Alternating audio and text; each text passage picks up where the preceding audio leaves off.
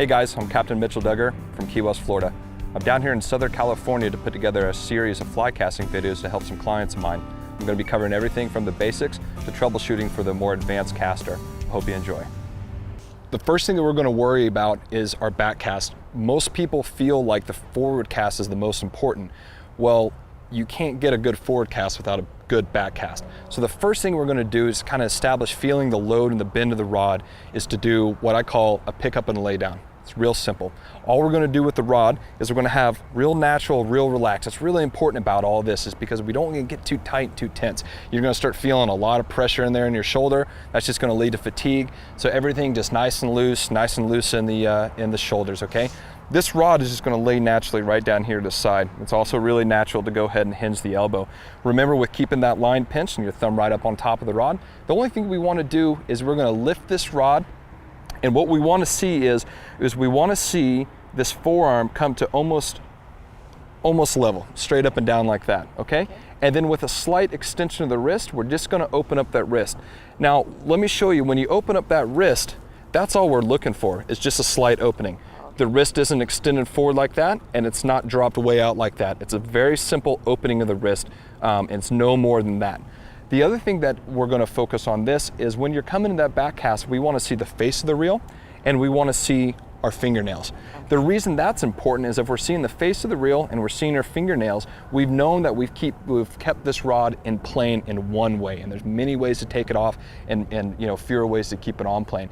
If you look down here and you see your thumbnail, this reel is now turned away from us, okay? And so now if you look, we've now loaded that rod about 90 degrees or 45 degrees off of that plane there, okay? So that's not where we want it to go. So we want to be looking down and seeing fingernails and the face of the reel, okay? So all we're gonna do on this pick up and lay down is we're gonna focus on the forearm. We're gonna extend the forearm to a vertical position, pause, and then drop it straight back down like we're chopping wood, okay? That's all we're gonna do. Your timing and your canter and your cast is gonna change depending on how much length of line you have out. Typically for this small length of line, what I recommend is kind of a 1-2 count. So in your head, kind of like a metronome as you're thinking, you wanna come back 1-2, put it down. Back 1-2, put it down. And the only thing we're worrying about on this deal is bringing that forearm to a vertical position, opening up that wrist, and setting it down. And I don't care if you got to practice a couple times with letting that fly line even drop completely behind you. That's fine. All we're trying to do here is a vertical forearm and an open wrist, and then we're going to chop wood coming straight back down, okay? Okay. So let's hold on to that grip like we were talking about there. Fantastic. I'm just going to stand in here on your left side. So this first little section, I just want you to get nice and loose. Everything's nice and limber. We don't get too tight. And I'm going to work with you on this first couple, and then I'm going to let you work on it yourself. So with this thumb on here, all we want to do is we want this forearm to come to an open position and the wrist to open up like that. Now don't move and hold that right there for me, okay? It's probably really easy for you to see on the camera. Now we have this forearm that's vertical and we have a wrist that is open.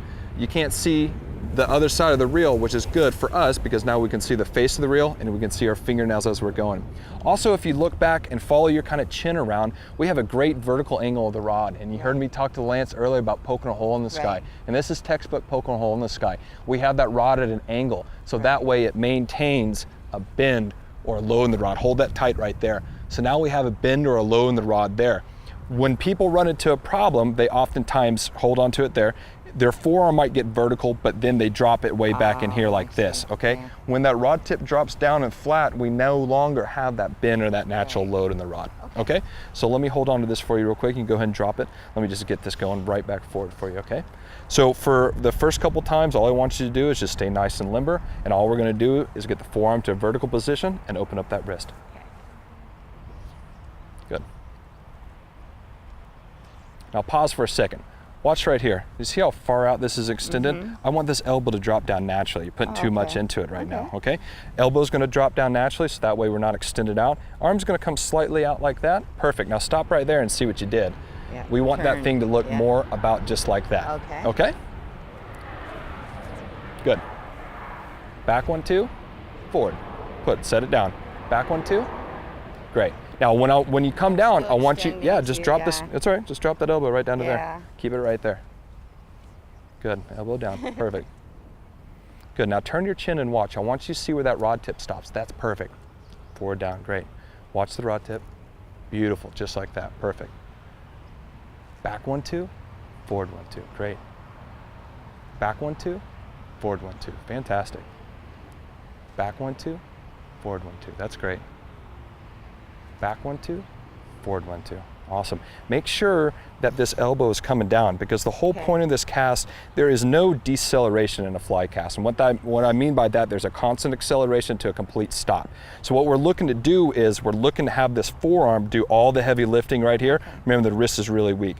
This forearm is gonna, nope, see how you start with the wrist? Okay. The forearm is gonna come to a vertical position, then the wrist is only going to slightly open like that. One way to think about it, and it's kind of hard to conceptualize it because it's in the back, but if you've ever thrown darts, it's very similar to that. You don't throw darts and just kind of slow down, come to a stop. You extend through, and then you flick that wrist, and that's where a lot of your speed is coming from. Your forearm's bringing in the power, your wrist is accelerating that line, okay? Okay, set it down for a second for me. Cool. So this next little deal that we're going to work on, it's going to be the exact same thing, but what I want you to do is drop this rod out to your side a little bit. What you're doing is a very traditional trout cast and dry flies. A lot of those casts stay right up over your head like that.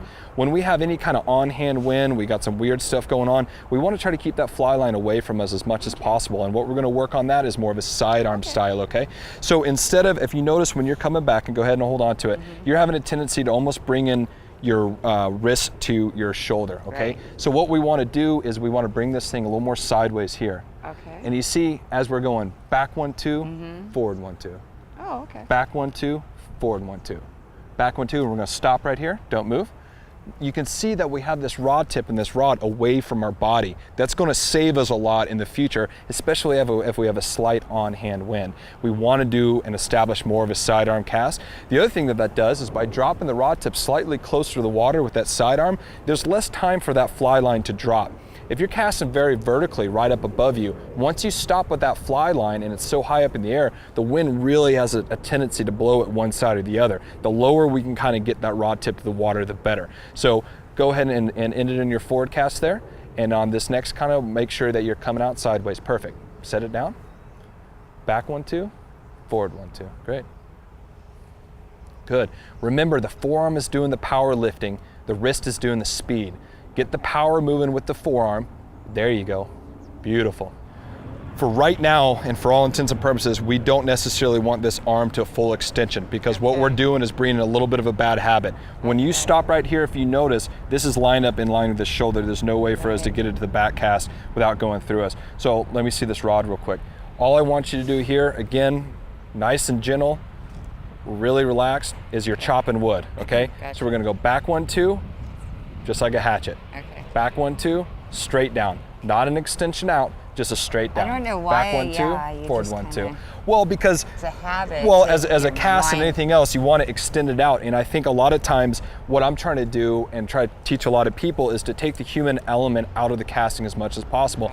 Allow these rods and reels to do what and these lines to do what they're designed to do. So right now, I'm trying to establish your confidence in this cast. Go ahead.